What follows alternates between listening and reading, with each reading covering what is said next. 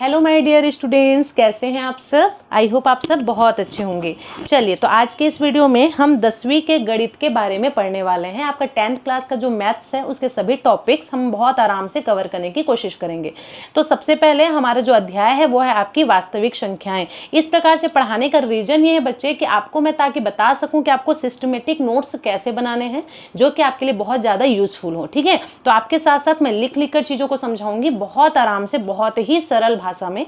जिन बच्चों को मैथ से डर लगता है, मेरी गारंटी आप बहुत आराम से चीजों को सीख जाएंगे और बहुत आराम से डील भी करने लगेंगे। तो फर्स्ट टाइम अगर आप मेरे चैनल पर विजिट कर रहे हैं तो सब्सक्राइब जरूर से कर देंगे।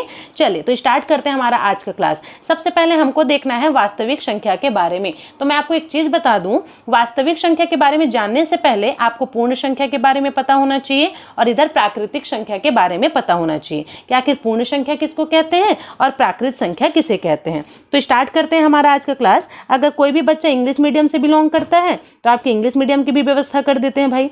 पूर्ण संख्या मतलब आपका होता है बच्चे होल नंबर्स, ठीक है। और वही प्राकृत संख्या को क्या कहा जाता है, नेचुरल नंबर्स कहा जाता है। तो शुरू करें हमारा आज का क्लास। पूर्ण संख्या मतलब होता है बच्चे ऐसी संख्या जो 0 से प्रारंभ होती है और अनंत तक जाती है। 0 से देखो ये प्रारंभ हो रहा है ना और इन्फिनिटिव तक जा रहा है, इसे ही हम पूर्ण संख्या कहते हैं। और प्राकृत संख्या 1 से चालू होता है और अनंत तक जाता है। तो पहला एग्जाम में जो प्रश्न आपका बन जाता है कि पूर्ण संख्या और प्राकृत संख्या में अंतर क्या है, तो आप डायरेक्टली बता सकते हैं कि पूर्ण संख्या आपका 0 से स्टार्ट होता है और जो प्राकृत संख्या है वो हमारा 1 से स्टार्ट होता है और दोनों ही आपके अनंत तक जाते हैं। तो इसमें तो आपका कोई कंफ्यूजन नहीं होने वाला है ना। अब यहाँ पे देखो एक चीज दिख रही होगी आपको, एक लाइन दिख रही होगी, ठीक है। इस लाइन पर आपको नंबर्स को क्या करना है, इंडिकेट करना है, जिसको हिंदी में बात करूं तो रेखा में अंकों को रेखांकित करना है। तो ये किस प्रकार से हुआ है, तो देखो बीच में जो दिख रहा है ये है आपका 0। इस साइड पर भी सेम डिजिट्स लिखे हुए हैं 1 2 3 4 5 और इस साइड पर भी आपके सेम डिजिट्स लिखे हुए हैं 1 2 3 4 5। ये इधर भी पूरा अनंत तक जाएगा, इधर भी पूरा अनंत तक जाएगा। अब इसमें अंतर क्या है वो समझो। इधर जो चीजें लिखी हुई है बच्चे आप देख रहे हैं, नॉर्मल 1 2 3 4 5 लिखा हुआ है और इधर जो लिखा हुआ है ये -1 है, ये -2 है, -3 है, -4 है और -5 है, ठीक है। ये इन दोनों में अंतर है क्योंकि इधर ऋण लगा हुआ है, इस वजह से इस साइड को हम ऋणात्मक पूर्णांक कहते हैं, ठीक है। और इधर ऋण नहीं लगा हुआ है मतलब ऑब्वियस सी बात है ये धनात्मक साइड है, तो इसको हम धनात्मक पूर्णांक कहते हैं। अब बहुत सारे बच्चे मुझसे पूछेंगे कि मैडम ये साइड ऋणात्मक है, ठीक है, और ये वाली साइड आपकी धनात्मक है, ये जो 0 है ये कौन सी कैटेगरी में आएगा। तो एक चीज को समझना बहुत अच्छे से, ये जो 0 है ना बच्चे, ना तो ये धनात्मक होता है और ना ही ये ऋणात्मक होता है। चीजें हमारी यहाँ तक क्या क्लियर हो चुकी हैं, कोई दिक्कत मेरे ख्याल से इसमें तो आपको नहीं होना चाहिए, है ना। चलिए अब हम आगे बात करते हैं। अब मैं आपको समझाऊंगी कि ये परिमेय संख्या क्या होता है, परिमेय संख्या किसे कहा जाता है। देखो ये जो परिमेय संख्या वाला पॉइंट है ना, ये आपके 10th में भी काम आएगा, 11th 12th में तो काम आएगा ही आएगा। इसके बाद जो भी आप करेंगे, जैसे मान लीजिए CGPSC कर रहे हैं, SSC कर रहे हैं, CG व्यापम कर रहे हैं, मतलब नौकरी पाने के लिए हम जो एग्जाम्स का प्रिपरेशन करते हैं, है ना, उसमें भी आपको ये परिमेय संख्या वाला जो टॉपिक है वो पढ़ना ही पड़ेगा। तो इसीलिए एकदम सीरियस होकर के चीजों को आपको समझना है बच्चे। ये नहीं सोचना है कि हमने 10वीं में पढ़ना है बस और 10वीं में टॉप कर लिया, बात खत्म। नहीं, आप ऐसे पढ़िए कि चीजें आपके माइंड में लाइफ टाइम तक सेट हो जाए जाकर के, ठीक। चलिए, तो अब मैं आपको बताती हूँ कि आखिर परिमेय संख्या किसे कहा जाता है। तो सबसे पहली बात, परिमेय संख्या को ही आप भिन्न संख्या भी कहते हैं। पहले तो अपने माइंड में ये सेट कर लो आप कि परिमेय संख्या को ही क्या कहा जाता है, भिन्न संख्या भी कहा जाता है। अब आते हैं पॉइंट पर कि आखिर ये भिन्न संख्या बोलो या परिमेय संख्या बोलो ये है क्या चीज। तो समझना, ऐसी संख्याएं जो P/Q के रूप में लिखी जाती है, ऐसी संख्याएं, मेरे साथ आपको नोट्स रेडी करना है ना, ऐसी संख्याएं जो P/Q के रूप में लिखी जाती हैं, भिन्न के रूप में लिखी जा सकती है। इसका क्या मतलब समझे बच्चे आप। तो देखो भिन्न का मतलब होता है बटे के रूप में लिखा जा सकता है ना, इसी को तो हम भिन्न कहते हैं क्या। तो समझो उदाहरण के रूप में आपको समझना है, जैसे कि मैंने लिखा 1/2, तो ये 1 बटे के रूप में लिखा है, मतलब ये क्या होगा आपका परिमेय संख्या होगा। मैंने लिखा यहाँ पे 2/5 बटे के रूप में लिखा है, मतलब ये भी क्या होगा आपका परिमेय संख्या होगा। यहाँ पे लिखा है 3/5, मतलब ये भी क्या होगा आपका परिमेय संख्या होगा। अब अगर मैं आपसे प्रश्न में पूछ दूं कि जो अगर मैं खाली 2 लिख दूं, एग्जाम में अगर आपका आ गया कि जो 2 है क्या यह परिमेय संख्या होता है? तो आप बोलेंगे पता नहीं मैडम परिमेय संख्या होता है कि नहीं होता है। तो एक बात समझना, ऐसे जितने भी सिंगल डिजिट्स रहेंगे, चाहे 2 हो, 3 हो, 4 हो, 5 हो, अनंत तक कुछ भी हो सकता है, तो जो भी सिंगल नंबर रहेंगे बच्चे, उसके नीचे में हमेशा हम बटा 1 लगाएंगे। जैसे कि खाली 2 मान लो दे दिया और पूछा कि क्या यह परिमेय संख्या है, आप बोलेंगे बिल्कुल है। क्यों? क्योंकि हम इसके बटे के नीचे में 1 लगा सकते हैं। वैसे 0 हमने ले लिया, 0 के बटे के नीचे में भी आप 1 लगा सकते हो, 3 में भी बटे के नीचे में भी आप 1 लगा सकते हो, 5 में भी 5/1 आप लिख सकते हो। मतलब जितने भी सिंगल डिजिट्स आपको दिखेंगे उसके नीचे में आप हमेशा बटे में 1 लगा सकते हैं। तो वे समस्त संख्याएं जिसके बटे में आप 1 लगा सकते हो, या ये बोलूं कि जो बटे के रूप में लिखा हो या भिन्न के रूप में लिखा हो, वही तो परिमेय संख्या, यही तो मैंने अभी आपको बताया। तो ये तो आपका धनात्मक वाला एग्जाम्पल हो गया। कुछ माइनस वाले एग्जाम्पल में भी आप देख सकते हैं, जैसे कि एग्जाम में आया कि -5, क्या यह परिमेय संख्या है? बिल्कुल है। क्यों? माइनस है तो क्या हम इसके नीचे में बटे में 1 नहीं लगा सकते? बिल्कुल लगा सकते हैं।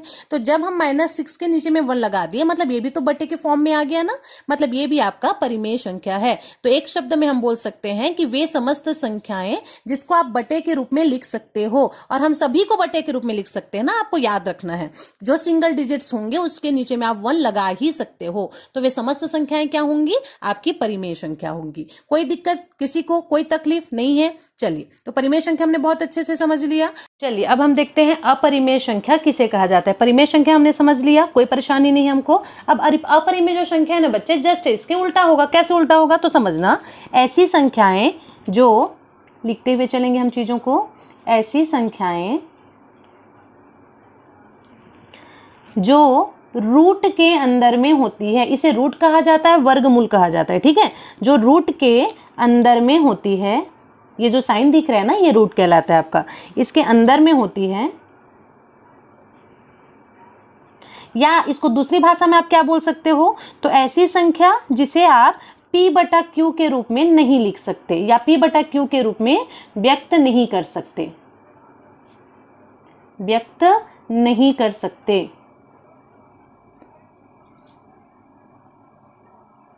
उसे ही आपका अपरिमेय संख्या कहा जाता है। चीजें हमारी यहां तक क्लियर हैं? उसे क्या कहा जाता है? अपरिमेय संख्या कहा जाता है।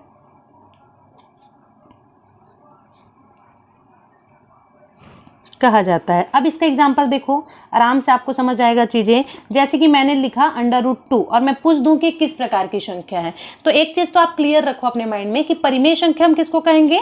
जिसको आप बटे के रूप में लिख सकते हो। और अपरिमेय संख्या किसको कहेंगे? जिसको आप बटे के रूप में नहीं लिख सकते हो। तो देखो जैसे कि √2 हो गया आपका, ठीक है। मैंने लिखा √3, तो ये भी बिल्कुल आपका क्या होगा? अपरिमेय संख्या होगा, क्योंकि इनको हम बटे के रूप में नहीं लिख सकते। लेकिन अगर यहीं पर मैंने लिखा √4, तो एक बात समझना, ये जो √4 है ना बच्चे, ये आपका अपरिमेय संख्या नहीं होगा। अपरिमेय संख्या क्यों नहीं होगा? इस वजह से नहीं होगा क्योंकि √4 को हम क्या लिख सकते हैं? ये दो भागों में, दो बराबर भागों में टूट रहा है ना, तो दो बराबर भागों में टूट रहा है, मतलब ये क्या हो जाएगा? √2 गुणित 2 हो जाएगा। जब ये दो गुणनखंड में टूट जाता है तो हम क्या करते हैं? इनमें से उठा करके एक को बाहर ले जाते हैं, तो √4 का जो वैल्यू है वो 2 आ गया, मतलब ये तो अब एक पूर्णांक बन गया ना। तो इस पूर्णांक को हम 2/1 के रूप में लिख सकते हैं। अब जब हम इसको भिन्न के रूप में लिख सकते हैं तो फिर ये अपरिमेय संख्या कहां से होगा? है ना, यही तो हमारा नियम कहता है कि वे डिजिट्स जिसको आप भिन्न के रूप में लिख सकते हो वह परिमेय संख्या है, और जिसको आप नहीं लिख सकते वो आपका अपरिमेय संख्या होगा। चीजें क्या हमारी क्लियर है? तो रूट के अंदर में जो भी चीजें हैं, है ना, रूट के अंदर में जो भी चीजें हैं, अगर वो दो गुणनखंड में टूट रही हैं और उसमें से एक को हम बाहर निकालेंगे तो पूर्ण पूर्णांक बन जाएगा, और यही क्या हो जाएगा? आपका अपरिमेय संख्या हो जाएगा। यहां तक चीजें हमारी क्लियर है? कोई दिक्कत नहीं है? अगर कोई भी परेशानी है आप कमेंट में जरूर से मुझसे पूछें, ठीक है, मैं उसका रिप्लाई करूंगी अपने नेक्स्ट वीडियो में। ठीक, तो इस प्रकार से अगर आपने पूर्ण संख्या समझ लिया, प्राकृत संख्या समझ लिया, परिमेय संख्या समझ लिया और अपरिमेय संख्या समझ लिया, तो अब हम आगे बात कर सकते हैं कि वास्तविक संख्या किसे कहा जाता है। तो चीजें समझो, वास्तविक संख्या हम किसको कहते हैं? बहुत आराम से चीजों को आपको समझना पड़ेगा बच्चे, ठीक है। देखिए, वास्तविक संख्या, यही तो हमारे आज का टॉपिक का नाम है ना कि आखिर वास्तविक संख्या कहा किसको जाता है। तो देखिए समझना, है ना, परिमेय संख्या तथा अपरिमेय संख्या को, परिमेय संख्या तथा अपरिमेय संख्या, परिमेय तथा अपरिमेय संख्या को ही सम्मिलित रूप से, संख्या को सम्मिलित रूप से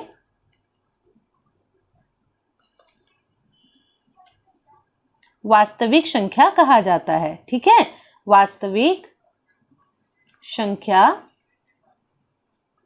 कहा जाता है। ये अपने को समझ आ गया क्या? इसका मतलब सिंपल सा ये है बच्चे कि जितने भी प्रकार की संख्याएं होती हैं, चाहे वो पूर्ण संख्या रहे, चाहे वो प्राकृत संख्या रहे, चाहे वो परिमेय संख्या रहे, चाहे वो अपरिमेय संख्या रहे, ये सभी की सभी जो संख्याएं हैं ना, यही आपकी क्या कहलाती हैं? इन सभी संख्याओं को वास्तविक संख्या आपका कहा जाता है। चीजें यहाँ तक क्लियर है? अब एक पॉइंट मैं आपको समझा रही हूँ।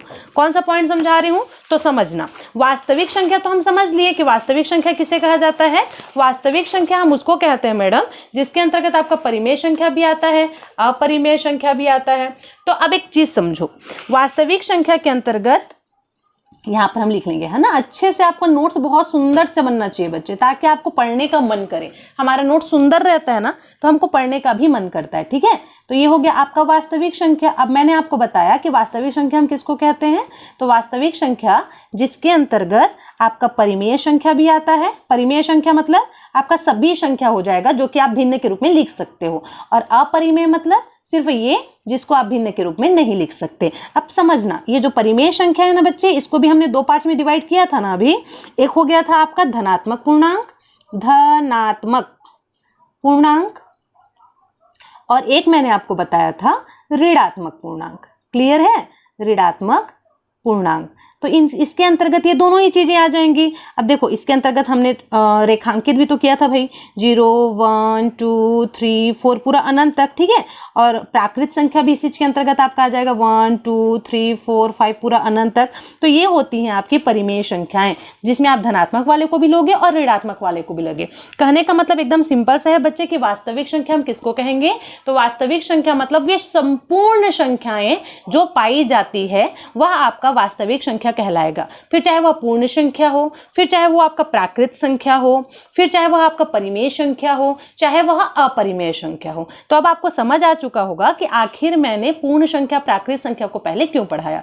तो आज के वीडियो में बच्चे बस इतना ही। आपको समझ आ गया किसको कहते हैं वास्तविक संख्या। अब ये हमारा बिल्कुल बेस है, बेस से मैंने आपको पढ़ाना चालू किया है। अब कल की जो क्लास होंगी वहां से एक्चुअली में हमारी जो क्लास है वो स्टार्ट होगी। ठीक है, उसमें भी मैं आपको वास्तविक संख्या के बारे में ही बताऊंगी, लेकिन कुछ भाग वाला पोर्शन भी मैं आपसे चर्चा करूंगी, जैसे कि भाज्य किसको कहा जाता है, भागफल किसको कहते हैं, भाजक किसको कहते हैं। मतलब 10th का जो बेस है वो आपका इतना ज्यादा स्ट्रांग हो जाएगा कि आगे चलकर अगर आप कोई भी एंट्रेंस एग्जाम दे रहे हो या कॉम्पिटिटिव एग्जाम्स दे रहे हैं ना, तो आपके लिए बहुत ज्यादा बेनिफिट होने वाला है बच्चे। तो कोई भी बच्चा अगर फर्स्ट टाइम मेरे चैनल पर विजिट कर रहा है तो आप जरूर से मेरे चैनल को सब्सक्राइब कर देंगे। और कोई भी दिक्कत है इस वीडियो से रिलेटेड, कोई भी दिक्कत कहीं पर से भी है ना, तो आप बिल्कुल मेरे को कॉमेंट करें और कमेंट करके बताएं कि आपको कहां पर क्या प्रॉब्लम हो रहा है। कोई भी सजेशन आप बिल्कुल दे सकते हैं। ठीक है, चलिए तो इसी के साथ फिर मिलते हैं अपन नेक्स्ट क्लास में, मिलते हैं, है ना।